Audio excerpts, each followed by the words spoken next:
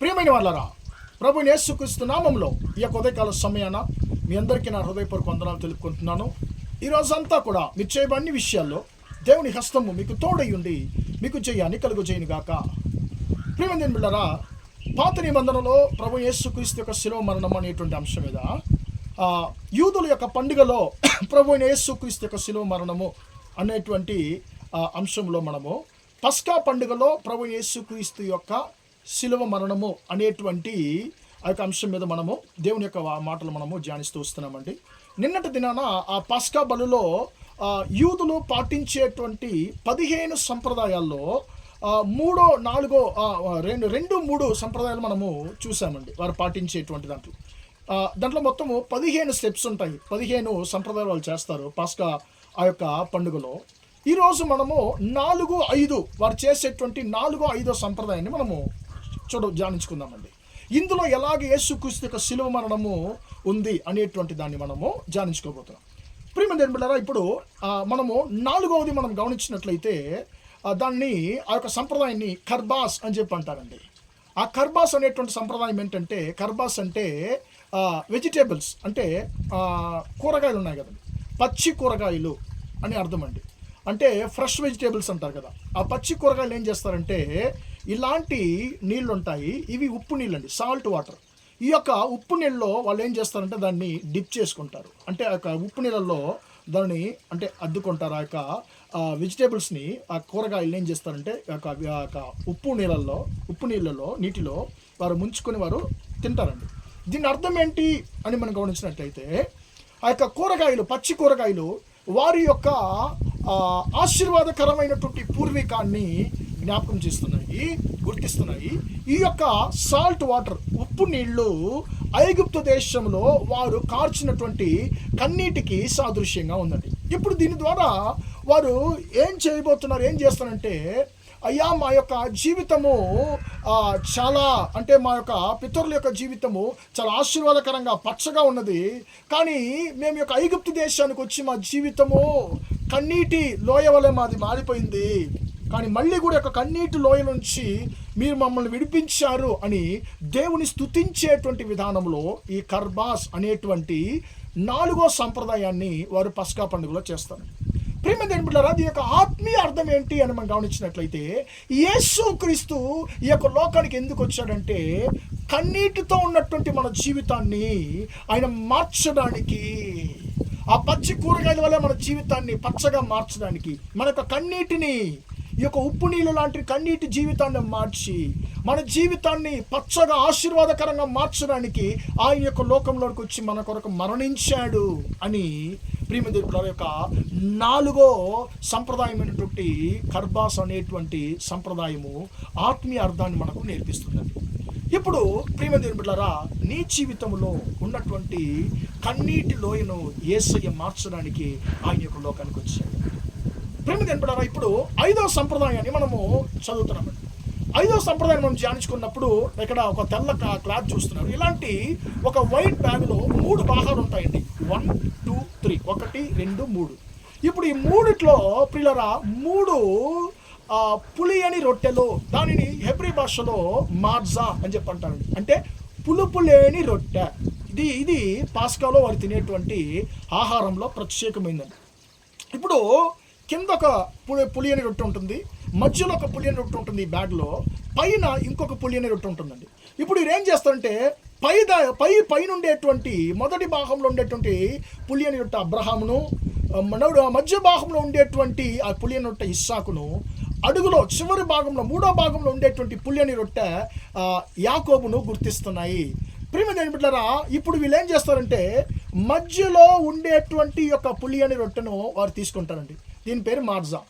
ఇప్పుడు దీన్ని ఏం చేస్తారంటే ప్రియులారా, దీన్ని తీసుకొని వారు దేవుణ్ణి స్తుతిస్తారు.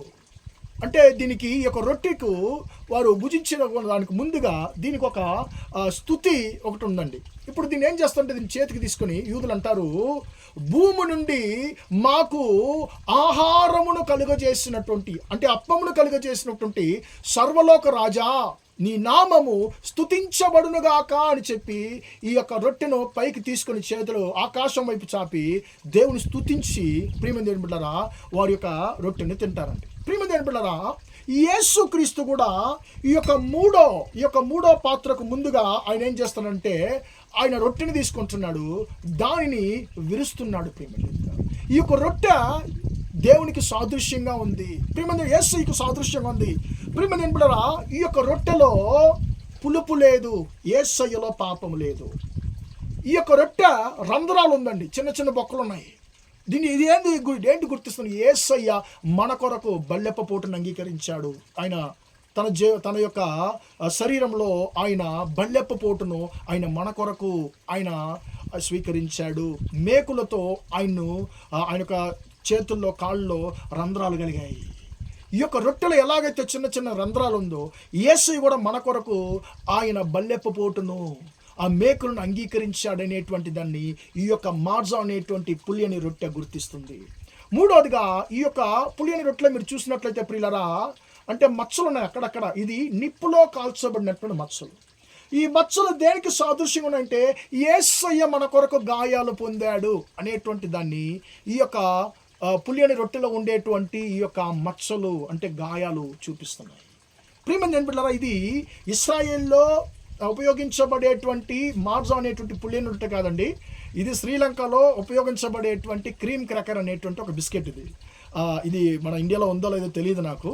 అంటే మన దగ్గర మార్జా లేదు కాబట్టి మీకు వివరించడానికి నేను దీన్ని తీసుకున్నాను. కానీ దీంట్లో కూడా అంటే ఉప్పు ఉండదు, అంటే ఆ యొక్క తీపి ఉండదు, వేరే ఏముండదు. దాదాపు అలానే ఉంటుంది, పులుపు లేనట్లుగా, సాల్ట్ లేనట్లుగా, స్వీట్ లేనట్లుగా అట్లా ఉంటుంది. ఇది కూడా దాదాపు చూడడానికి ఇది కూడా మార్జాలా అనే టేస్ట్ ఉంటుందండి, పుల్లిన రొట్టెలాగానే ఉంటుంది. చూడండి, ఆ మూడిట్లో ఉండే దీంట్లో కూడా ఉంది. దేవునికి స్తోత్రం. ప్రియమైన బిడ్డలారా, ఇది మనము యూదుల యొక్క పుల్లిని రొట్టెగా దీన్ని మనము ఊహించుకుందామండి. ఈ పుల్లిని రొట్టె దేన్ని జ్ఞాపకం చేస్తుంది? యేసయ్యను మనకు గుర్తు చేస్తుంది. రొట్టెలో పులుపు లేదు, యేసయ్యలో పాపం లేదు. రొట్టెలో రంధ్రాలు ఉన్నాయి, యేసయ్య మన కొరకు బల్లెప్ప పోటును మేకులను అంగీకరించుకున్నాడు. ఈ యొక్క పుల్లిని రొట్టెలో మరకలు ఉన్నాయి, అంటే మచ్చలు ఉన్నాయి, అగ్నిలో కాల్చబడిన మచ్చలు ఉన్నాయి. యేసయ్య మన కొరకు గాయపడ్డాడు అనేటువంటి దాన్ని ఇది గుర్తిస్తుంది. ఈ యొక్క రొట్టెను యేసయ్య తీసుకుని తన చేతికి తీసుకుని దేవుని స్తుతించి, యేసయ్య కూడా దేవుని స్తుతి అంటే యేసయ్య ఈ యొక్క అప్పాన్ని ఆశీర్వదించాడని మత్తయి సువార్త 26 మనం చదువుతాం. యేసయ్య కూడా స్తుతిని చెప్పాడట. నేల నుండి ఆహారం మాకు మొలిపించు సర్వలోక రాజా, నీ నామము స్తుతించబడినగా అని చెప్పి ఆయన ఆశీర్వదించి ఆయన ఏం చేస్తానంటే ఆ అప్పాన్ని, ఆ యొక్క రొట్టెని ఏం చేస్తానంటే విరిచి ఆయన అంటున్నాడు, ఇది మీ కొరకు కొట్టబడిన శరీరము అని చెప్పి అంటున్నాడు. అంతవరకు శిష్యులు ఈ యొక్క రొట్టెను పాస్కా రొట్టె, పులియని రొట్టె అని చెప్పి ఆ యొక్క ఆలోచనలోనే దీన్ని చూశారు. కానీ ఇప్పుడు యేసయ్య ఆ రొట్టెని చేతికి తీసుకుని ఆయన అంటున్నాడు, ఇది మీ కొరకు కొట్టబడబో నా యొక్క శరీరము అని చెప్పి యేసయ్య అంటున్నాడు. ప్రియమైన బిడ్డలారా, ఇది వారు పస్కా ఆ యొక్క పండుగలో పాటించేటువంటి 5వ సంప్రదాయము. దీన్ని ఎర్హాట్స్ అని చెప్పి అంటారండి. 4వది కర్బాస్ అని చెప్పి అంటారు. 5వ సంప్రదాయాన్ని హెర్హాట్స్ అని చెప్పి అంటారండి. దీని అర్థం ఏంటంటే పులియని రొట్టెను భుజించుట. ప్రియమైన బిడ్డలారా, ఈ యొక్క రొట్టెలో 2 భాగాలు ఉన్నాయి కదండి. ఇప్పుడు 2 భాగాలు ఉన్నాయి. ఈ రొట్టె వాళ్ళు ఏం చేస్తారంటే విరుస్తారు. అలా విరిచినప్పుడు ఒక రొట్టెనేమో వారు భుజిస్తారు, ఇంకొక రొట్టె యొక్క ఇంకొక భాగాన్ని ఏం చేస్తారంటే ఇలాంటి ఒక చిన్న ఒక క్లాత్లో, ఒక పేపర్లో చుట్టి వారి ఇంట్లో ఎక్కడన్నా దాచిపెడతారు. దీని అర్థం ఏంటి? ప్రియమైన బిడ్డలారా, యేసయ్య మన కొరకు పాతి పెట్టబడ్డాడు. దీని ఆత్మీయ అర్థం ఏంటి? యేసయ్య మన కొరకు పాతి పెట్టబడ్డాడు. ఈ యొక్క దాచిపెట్టబడినటువంటి ఆ యొక్క రొట్టె మొక్కను ఈ యొక్క పస్కా పండుగ అయిన తర్వాత వీళ్ళు ఏం చేయాలంటే పిల్లలు ఎతకాలి. దీని అర్థం ఏంటి? యేసయ్యను మనం వెతకాలి. దీని ఆత్మీయ అర్థం ఏంటి? యేసయ్యను మనము వెతకాలి, యెహోవాని మనం వెతకాలి అనేటువంటిది వారి యొక్క ఆలోచన. మన యొక్క ఆత్మీయ ఆలోచన ఏంటి? యేసయ్యను మనం వెతికేవారిగా మనం ఉండాలి అనేటువంటిది ఈ యొక్క 5వ సంప్రదాయమైనటువంటి ఎర్హాట్స్ మనకు నేర్పిస్తుంది. ప్రియమైన దేవులారా, యేసయ్య యొక్క శ్రమలను జ్ఞాపకం చేసుకుంటున్నటువంటి ఈ రోజుల్లో నా కొరకు కొట్టబడ్డాడు యేసయ్య, నా కొరకు బల్లెప్ప పోటును అంగీకరించాడు యేసయ్య, నా కొరకు ఆయన మరణించాడు, నా కొరకు గాయాలు పొందాడు అనేటువంటి నా కోసమే సమస్త శ్రమలను అంగీకరించావు అని చెప్పి ప్రియమైన దేవులారా, ఆయన శ్రమలలో మనల్ని ఐక్యతపరుచుకుందామండి. అయ్యా నన్ను పరిశుద్ధపరచయ్యా అని చెప్పి యేసయ్యకు మన జీవితాన్ని అప్పగిద్దాము. దేవుని చిత్తమైతే రేపు 6-7 సంప్రదాయాల గురించి మనం ధ్యానించుకుందామండి. ప్రార్థన చేద్దాం. ప్రేమగల మా తండ్రి, దయగల దేవ, ఎంతవరకు తండ్రి యొక్క మాటలు విన్న మీ బిడ్డలు మీరు దీవించండి, ఆశీర్వదించమని ప్రార్థిస్తున్నాను తండ్రి.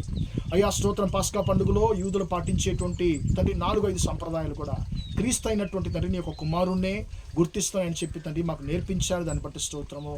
అయ్యా మా యొక్క కన్నీటి జీవితాన్ని తండ్రి పచ్చగా మార్చేటువంటి దేవుడు ఉన్నవంటి తండ్రి 4వ సంప్రదాయం అయినటువంటి తండ్రి కర్బాస్ అనేటువంటి సంప్రదాయం ద్వారా మాకు తండ్రి నేర్పించారు. 5వ సంప్రదాయం అయినటువంటి తండ్రి ఎర్హార్ట్స్ అనేటువంటి సంప్రదాయం ద్వారా తండ్రి స్తోత్రమయ్యా నీ కుమారుడైన యేసుక్రీస్తు మా కొరకు కొట్టబడ్డాడు, మా కొరకు బలిపొట్టును స్వీకరించాడు, మా కొరకు గాయాలను ఆయన గాయపడ్డాడు అనేటువంటి దాన్ని తండ్రి మాకు నేర్పించాడు.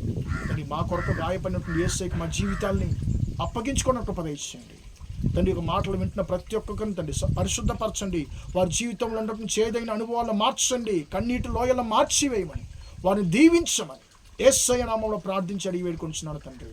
ఆమేన్. ప్రియమైన వాళ్ళారా, దేవుడు మిమ్మల్ని దీవించి ఆశీర్వదించిన గాక. Praise the lord.